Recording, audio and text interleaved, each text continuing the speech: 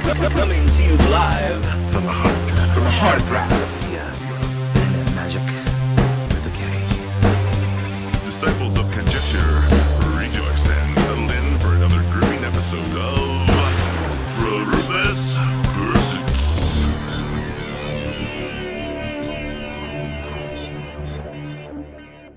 What's up, everybody? Welcome to Fruitless Pursuits. I'm Jason. He's Thorn. It's true.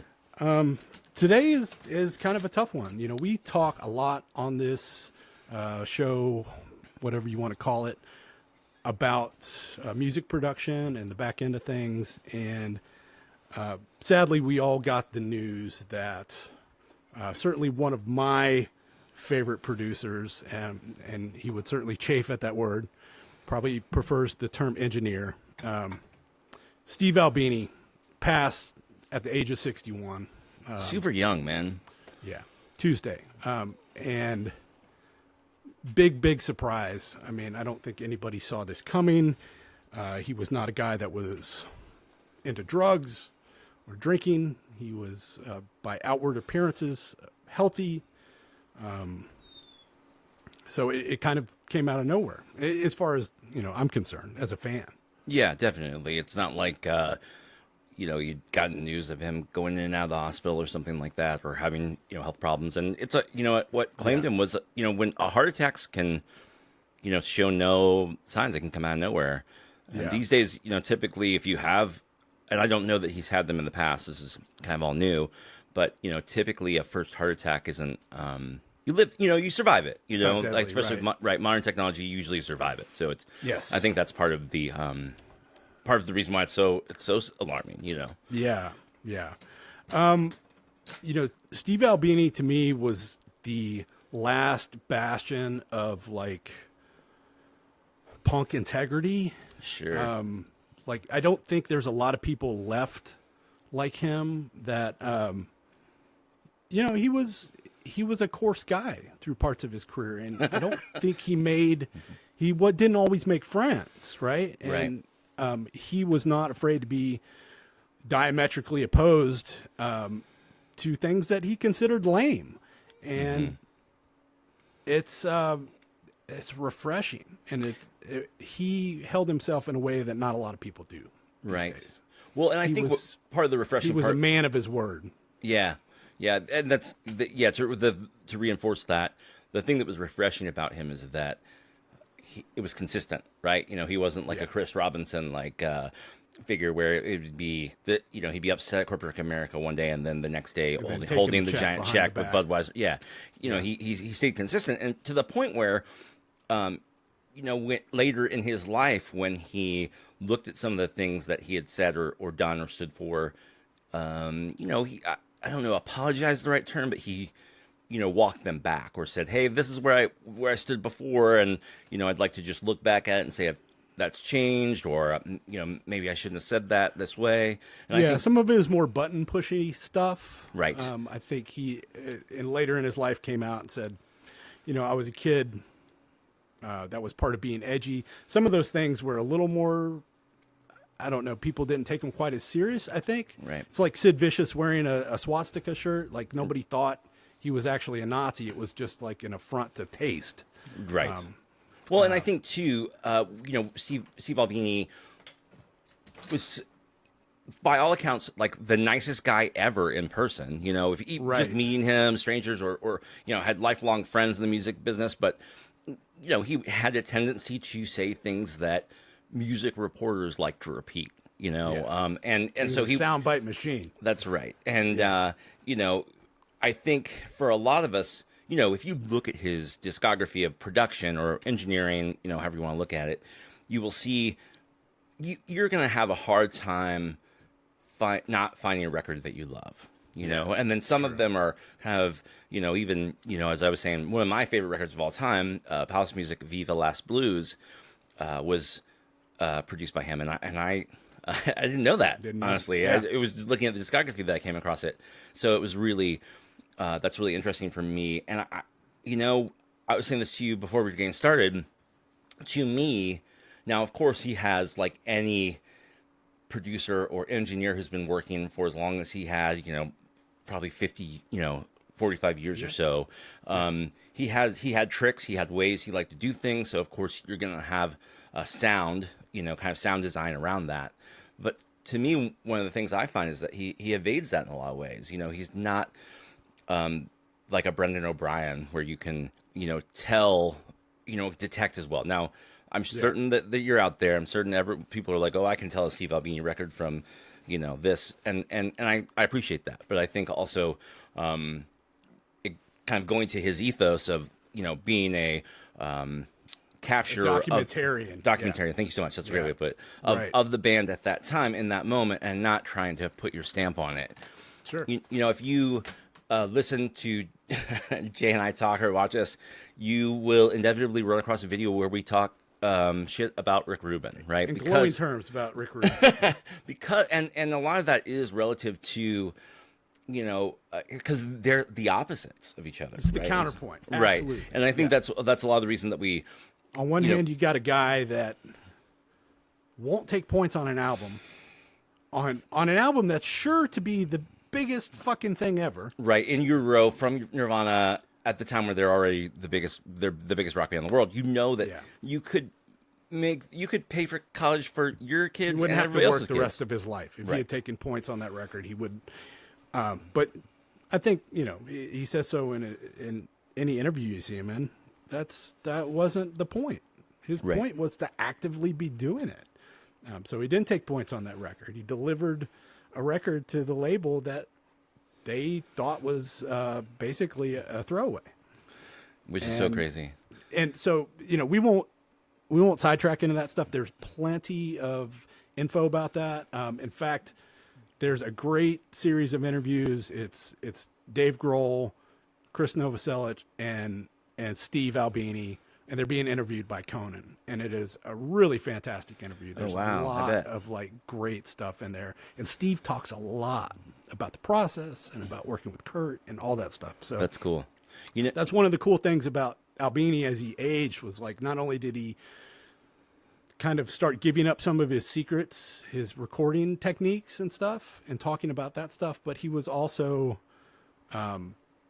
a little more social, and I think he realized that people wanted to hear from him. Right. Like he had made such an indelible mark that maybe he had earned a right to talk about that as in like a historian type of context, totally, because he was there. There's sorry. No, I was just gonna say he didn't put his finger in the stuff. He was just there capturing it. Right. So his ethos. That's a huge distinction. Right. He wasn't trying to be Phil Spector or, he really wanted to be as you said, documentarian. I think that's a great way to look at it. In fact, if you're just, becoming familiar with Steve Albini because of the news or because of music, the music news talking about it, a great place to start just to kind of get introduced to him. He wrote a letter to Kurt Cobain, when he was let known that they were interested in having him record the record, and he just said, "Here's going to be my process going into it." And so I recommend that you guys go. It's accessed on the internet. You can read it, and it gives you just a clear picture of the man and his kind of approach, not just to music and recording, but to kind of almost to life. And it's a great way to look at it. Like a lunch pail type of guy. Yeah, totally.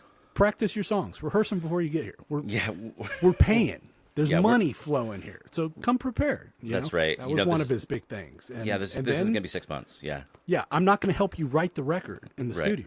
Right. Show up.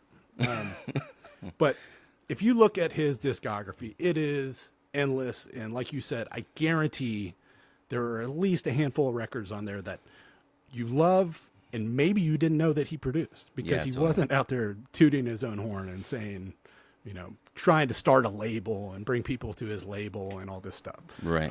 But he was like this pillar. Like if you looked at the Sub Pop and Discord and Touch and Go discographies from the years, 84 to 94, a huge percentage of those records are going to have his name. Yeah, totally. Hidden somewhere in the small print. Yeah, absolutely. And there's great stories about like him doing the first Helmet. He did like the Helmet demos and then recorded part of Meantime. and was so dissatisfied with what they did in the mix. Who's Andy Wallace, who's fucking on everything. Yeah, really amazing too. Yeah. But Steve didn't like what he did with he sampled a snare. Oh, that's there was right. a snare sample. So that's why, John Stanier's snare sound is so, remarkable and like instantly recognizable.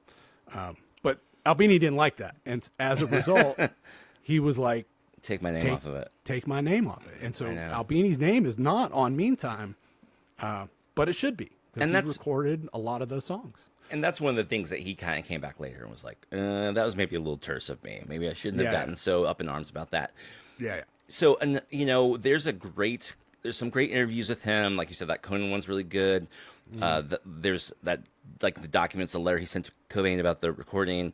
Another great interview is he's on the Mark Maron show. And, Okay. it's great because it's kind of long. So you get to really hear him talk. And at one point, Two like curmudgeons just. it's so great. It's so great for that because there's one point where, and I guess it was still, if you guys know Mark Maron, he like at one point was in his garage and now he's like in his, anyway. But when he was in the garage, like he could hear the guy weeding or something, his neighbor ran lawnmower or something. And he's like, oh, I'm so sorry. He's like apologizing to Steve Albini. Albini's like, oh, well, there's a filter for that. And, Mark Maron just continued to run his mouth. And he's like, well, there's a filter for that. So there's a filter for that. It's just the funniest thing because, he's like, kind of knows his Just biz. matter right? of factly, like, it's fixable. Right, Ain't a big deal. And because Mark Maron just loves talking about himself and about the thing, making the thing present, he never picked up on that little tidbit. So, the other thing that I love about Steve Albini is, right, well, isn't he like a poker player? He's like a world famous poker player and He's stuff an too. Exceptionally good poker player and was played at the highest levels. Yeah. Right. Yeah. Was it's like- invited to play at those games at the highest level, the World Series of Poker. That sort of thing. right. Which is, I didn't know that till probably a year or two ago. yeah. So again, he's not like out there. He wasn't out there tooting his own horn, but yeah, that was something he was really passionate about. I mean, I think I wonder, like, he, by all outward appearances, he looked healthy. Like I said, he's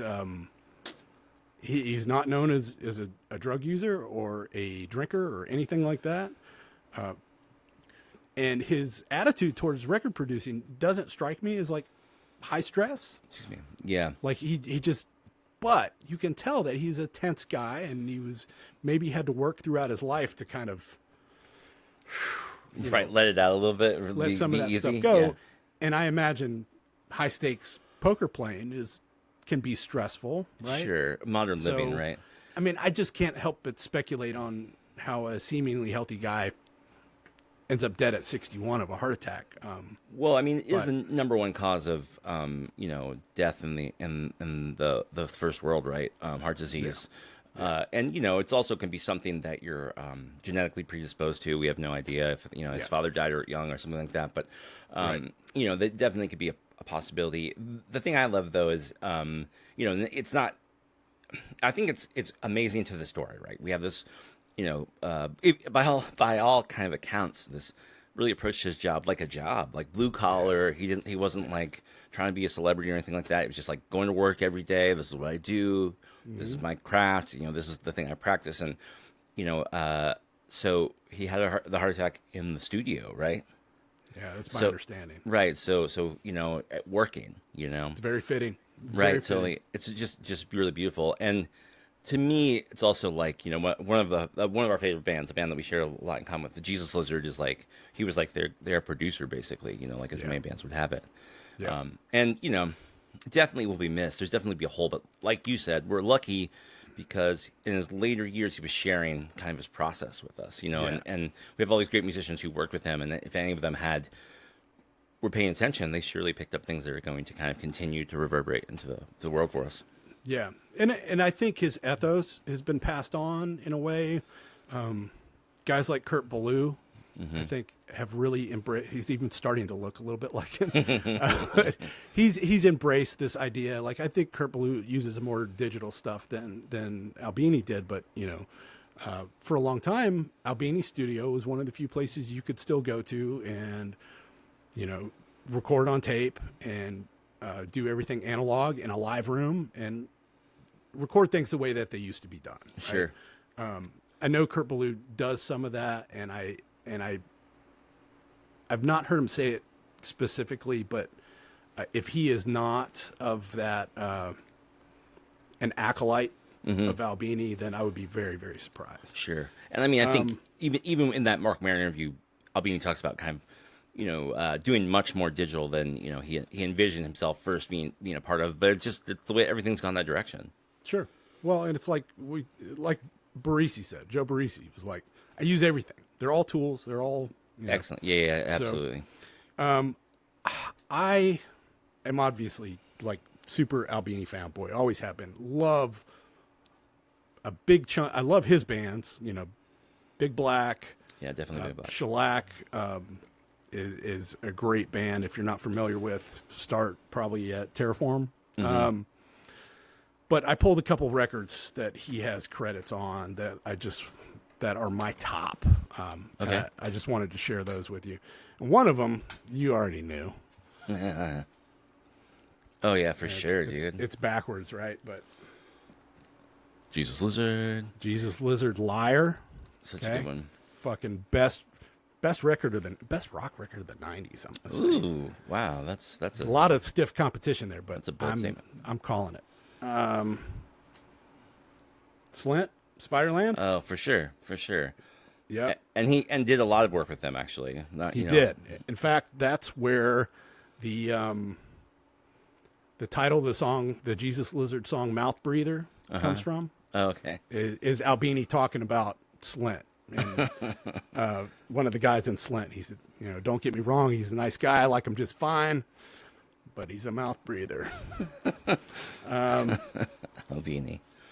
And then, of course, Oh, definitely. Surfer Rosa. Rosa. I mean, incredible. a band that changed the face of rock and roll and what it would be called, probably the band responsible for, even though most people credit Nirvana, I really think the Pixies broke that seal that broke the door through that Nirvana was able to walk through.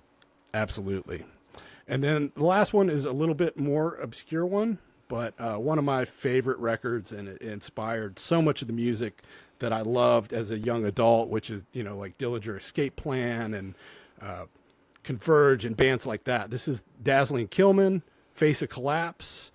This was a record he produced in the mid-'90s that is exceptional and, like I said, inspired. Basically a whole genre of mathy hardcore. Yeah, really beautiful selection. I mean, just to add to that, I think without it being able to hold them up, thanks for showing me up, Jay. But as I said, Viva Last Blues by Palace would be mine.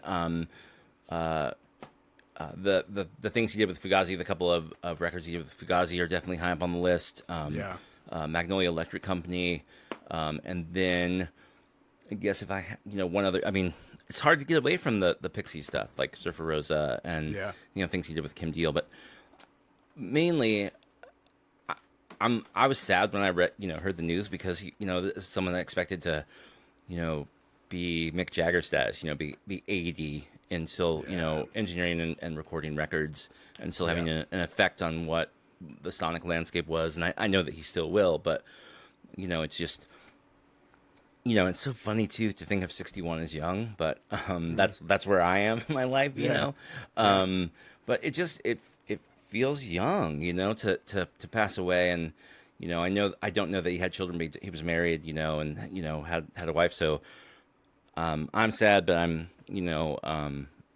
sending my thoughts and feelings and prayers, as they say, to his Certainly. family and loved ones. Yeah, our condolences to his family and all the friends that were blessed enough to have known him, and all the people that were lucky enough to have worked with him. Absolutely. Our thoughts go out to everybody. Do yourself a favor and spin one of his records today. Yeah, absolutely. Let's keep his memory alive, because he's a hugely important figure in our neck of the woods, for sure. And I think people would be surprised how much spillover there is. Absolutely. Even though, he didn't want anything to do with the mainstream, but it found him in some ways. You know, Right. Well, and I just want everyone to know that when you find Jason being like a little gruff and curmudgeon, he's just doing his Albini. You Just know what I mean? channeling That's all he's Steve. doing. It's just his homage, you know. So that's what you guys should know. That's just the Albini homage. So and you know, Jay's gonna keep that up, and I'll try to slip it in every now and then too. Yeah. But go out and buy yourself a pair of blue coveralls, slap on a knit cap, and fucking play some guitar for Albini. get to work. We'll miss you, man. Most definitely. Thanks for joining us, everybody. We do appreciate it. We do this every once in a while. We do it because we like it. And if you find any value in this whatsoever, do us a favor. Hit that like. Hit that subscribe. We won't Comment spam you, below. promise. Yeah. Tell us your favorite Albini record. Ooh, that's really yeah. that's what we want to know. For sure. All right, you All right, guys. thanks everybody. Appreciate Later. it. Have a good one.